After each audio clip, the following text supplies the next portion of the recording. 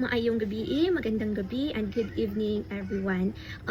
Once allow me to introduce myself first. My name is Jeneline Morales, and today I will going to discuss the best practices in equipment care and handling. Going to have a short discussion on this kasi alam naman natin na usually ng mga topic na i-discuss ko ngayon is na-discuss na din ng ating mga previous reporters, and I'm really amazed how they have their application during their discussion. So let me start. No? So, we all know that as ATLE teachers, we are not only teaching skills. Tinuturuan din natin yung ating mga estudyante na alagaan yung mga gamit na kanilang ginagamit because sila din naman, di ba, ang nakikinabang dito. So, in our schools today, where budgets are very limited and mostly our resources are shared. So, bawat piraso ng isang equipment na ginagamit natin ay meron siyang isang malaking papel para sa kinabukasan ng ating mga learners. Kaya nga, ang maintenance ay hindi lang ito basta trabaho or matatawag natin na additional working load natin as teacher, but it is also our commitment to keep learning continuous and safe for everyone. So let's move to our learning objectives.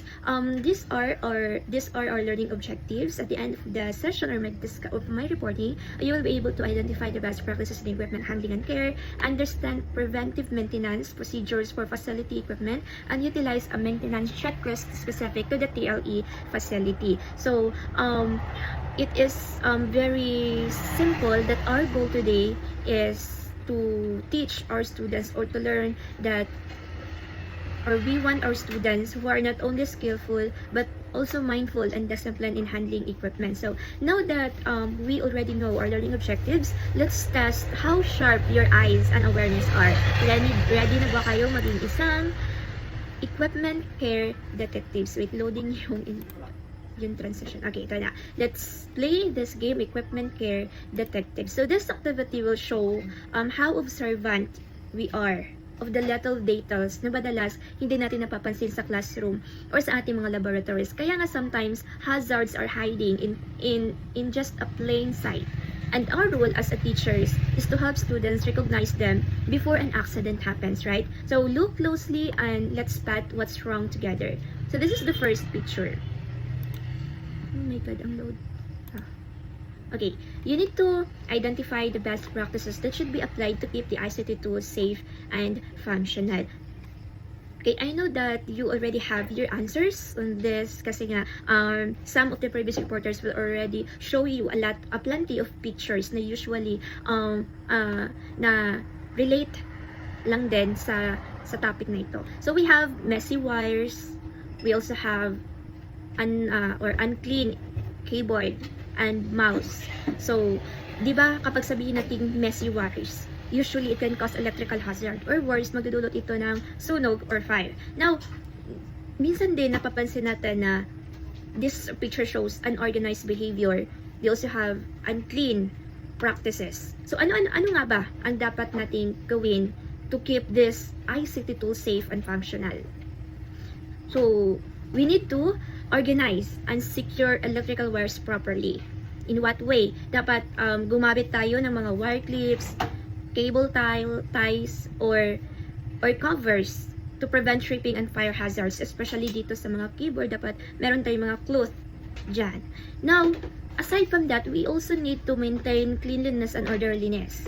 In what way? We need to keep our working areas neat and free from clutter. So after using, we need to do 5S.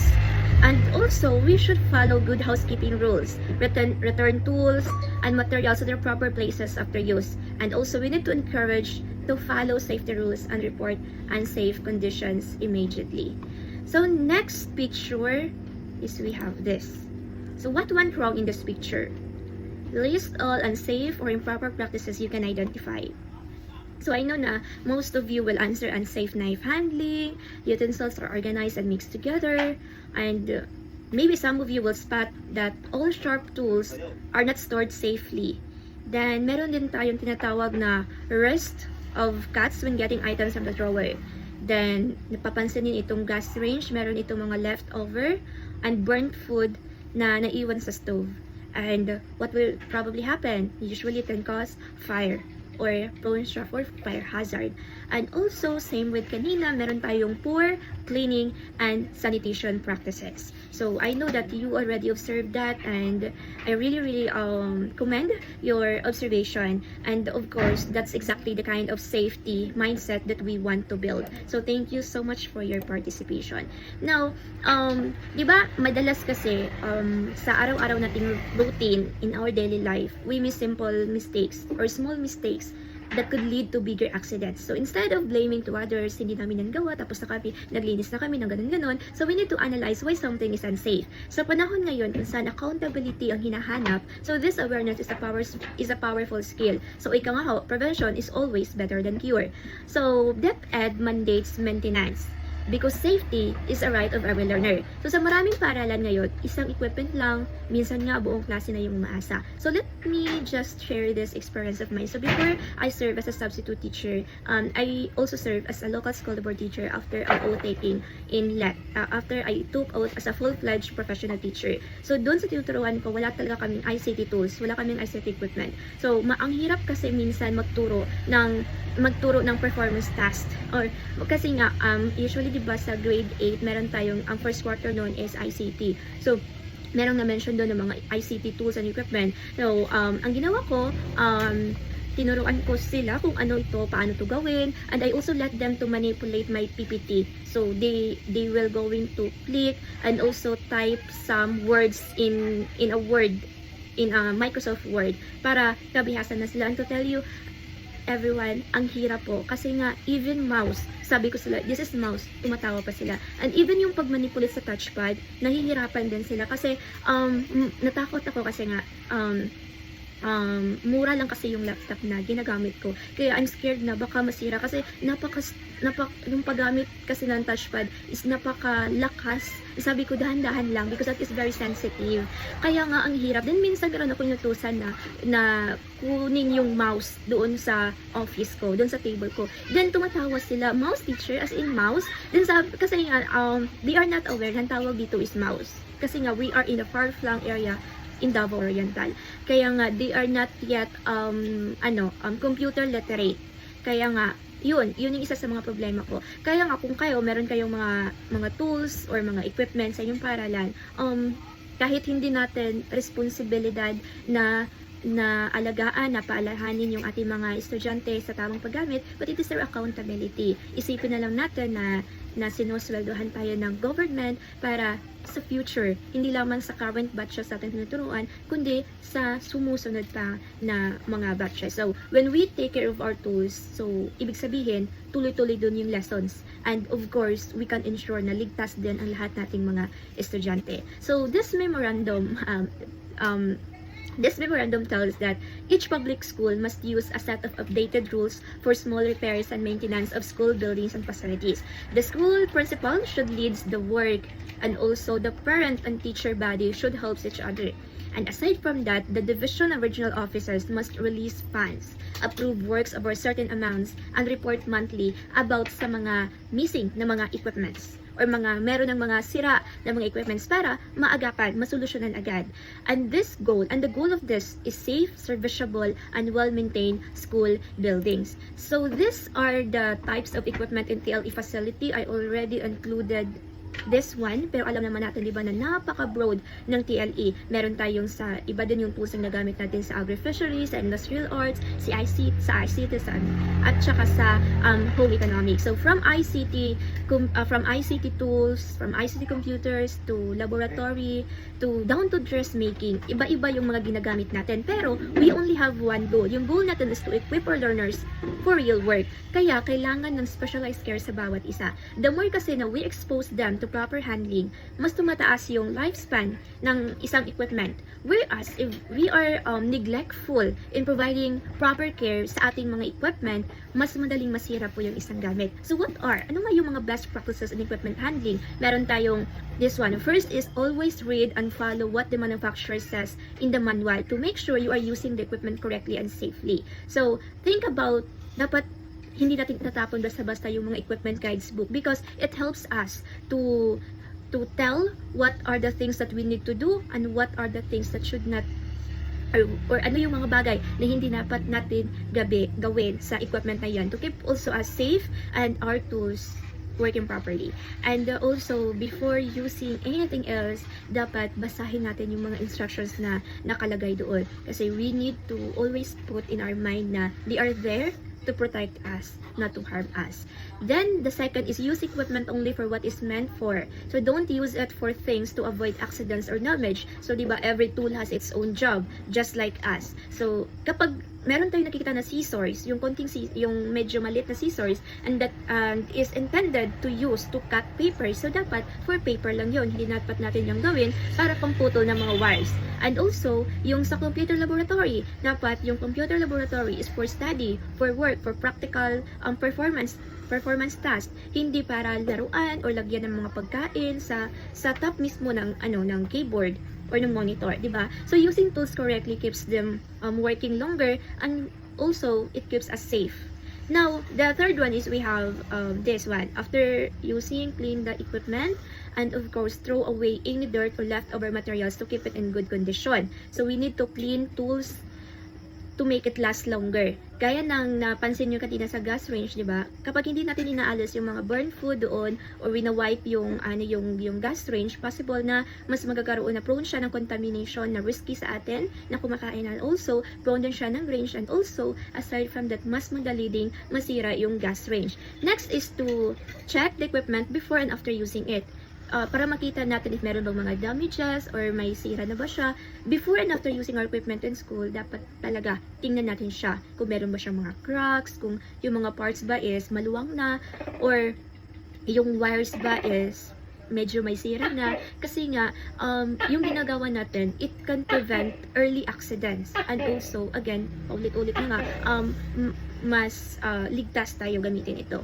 And the last one is to keep a record of all equipment and note when and how it is used for proper monitoring. So we need to have our track of what tools you have and when, kung kailan siya ginagamit. And also, we need to remember that equipment care starts with discipline. So, dapat sundin natin yung mga manuals, linisin natin pagkatapos gamitin, i-check lagi natin kung may sira, and i-record kung kailan siya ginagamit, kailan siya sinuli, kailan siya hinihiram. And these are more than tasks, right? Mas kung titingnan natin, dumadami yung task natin, kung titingnan natin, pero ito yung tinatawag natin ng work ethics. Kung anong discipline ang ipinapakita natin sa mga equipment, sa mga tools na ginagamit natin, ganun din yung ipinapakita natin sa ating career at pwede natin maipapasa sa ating mga estudyante. And also, aside from this, meron din tayong mga simple best practices. We have storing tools properly, wearing PPE, unplugging machine can also save lives, right? So minsan nga, these are small actions. Pero, meron itong napakalaking epekto sa kaligtasan natin and sa ating mga estudyante. Kasi, as teachers, we are liable about sa mga kapakanan ng ating mga estudyante. Kahit hindi nga natin kasalanan pa rin natin as teachers. So, teaching students to respect tools and equipment they use means teaching them to value their own safety and the safety of others. Yun yung tinatawag natin na leadership in actions. Now, meron tayong kailan nga ba nagkakaroon ng preventive maintenance? So, kapag sabihin natin preventive maintenance, hindi lang tayo naghihintay kung kailan masira yung isang bagay, yung isang tools. Kung hindi, we prevent damage bago pa mangyari. It could be daily, weekly, monthly, yearly, or yearly schedules, right? Or annually.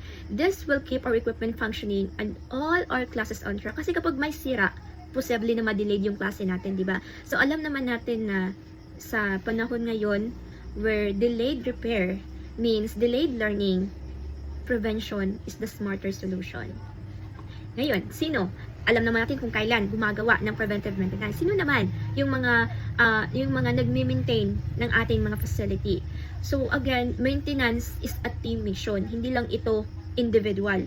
So again, maintenance is a team mission. Tayo mismo as teachers ang nag-lead. Pero hindi lang dapat natin isole o akuin yung lahat ng mga responsibilidad. Dapat kasama natin yung mga estudyante natin, yung mga school personnel. Then kapag binibigyan din natin sila ng task or ng task na ayusin yung kanilang mga gamit na ginagamit, we teach them the rule sa pag-organize. And in that way, they learn ownership. At kapag merong kapag merong ownership yung ating mga estudyante, meron din silang malasakit. And they begin, and probably, they will say na, gamit namin ito, dapat alagaan namin ito. Diba? Ganun naman tayo. Then, lastly, ito yung mga references. Ito, yung mga references na ginagamit to monitor our facilities. So, nakita ko to dito sa BE Form 1 Physical Facilities and Maintenance Needs Assessment Form. So, these are the policies that guide us what to do, what is right, and what is safe. So, hindi lang tayo nagtuturo based sa kung anong instinct natin, but we follow standards na napatunayan na for student protection. Again, lagi natin tandaan na these rules create order.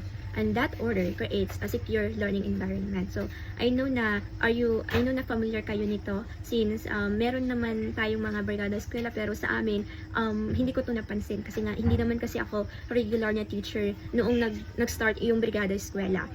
And also, ito din yung mga, while nagbo-browse ako sa Google, ito yung nakita ko, actually, nakalimutan ko yung DO, pero series of 2022 ito, napaka-latest. Ito yung mga sample of mga inspection and test protocol of technical vocational livelihood learning tools and equipment for year 2022. So, meron tayong sample, meron tayong item name, which is BOLO, typical specialization, with agricultural crops or agricultural crops production, and meron din tayong inspection and test protocol kung paano ito gamitin. Ito pa, meron din tayong sa mga pest management, and a lot of more. Actually, I think 500 pages ito lahat. More than 500 pages. Hinahanap ko talaga yung sa TLE or sa TVL na specialization. And sa Annex I, with the same DO, ito yung mga sample na monitoring and evaluation form na pwede din natin gamitin. So, list of LTEs or mga learning tools and equipment, then date received, yung utilization frequency, physical condition, frequency of maintenance activity, and then ano siya. Then, dapat, aside from those, kayong picture na, yung slide na pinersend ko, is dapat meron dito yung borrower slip para mas ma-track natin yung kailan nga ba ginagamit ng ating mga estudyante, kailan nila sinauli, kung sinauli na ba din nila ito na may sira na, or wala. Then, lagyan natin siya sa remarks. You can also use this tool actually because it is mandated by the DepEd. Then, before I will end this one, let me insert the 5S in a workplace organization. So, hindi naman ito kasali sa aking topic, but I guess kasali pa siya sa coverage. Kasi nga, di ba, 5S, galing ito sa Japan. And it helps us to keep our laboratories or workplace clean, safe, and well-organized. So, alam naman natin na yung meaning ng 5S is sort, set in order, shine, standardize, sustain. So, during sa accreditation namin last year sa CHED, I guess meron na siyang 7S. Hindi na siya 5S, updated na siya sa 5S. 7S pala. So, ito yung yung 5S. Yung first is we have sort, remove unnecessary items, keep only what you need. Then, arrange for set in order. We need to arrange items properly para madali natin mahanap yung isang bagay. For shine, meron din tayong clean the workplace regularly. And sa Shikitsu or standardize, we have make cleaning and organization a regular habit. Then, Shitsuki, sustain, you also have maintain the system and discipline yourself to follow it daily. So, in short, this 5S will helps us to work smarter, safer, and faster. Because kapag yung nasa paligid natin is malinis, then naka-proper place siya, diba, accidents are less likely to happen. And mas mapadali yung trabaho natin sa work. Kasi nga, well-organized na siya. So, I know na you already learn about something. So, I request everybody to please answer this one in a few seconds. Ito.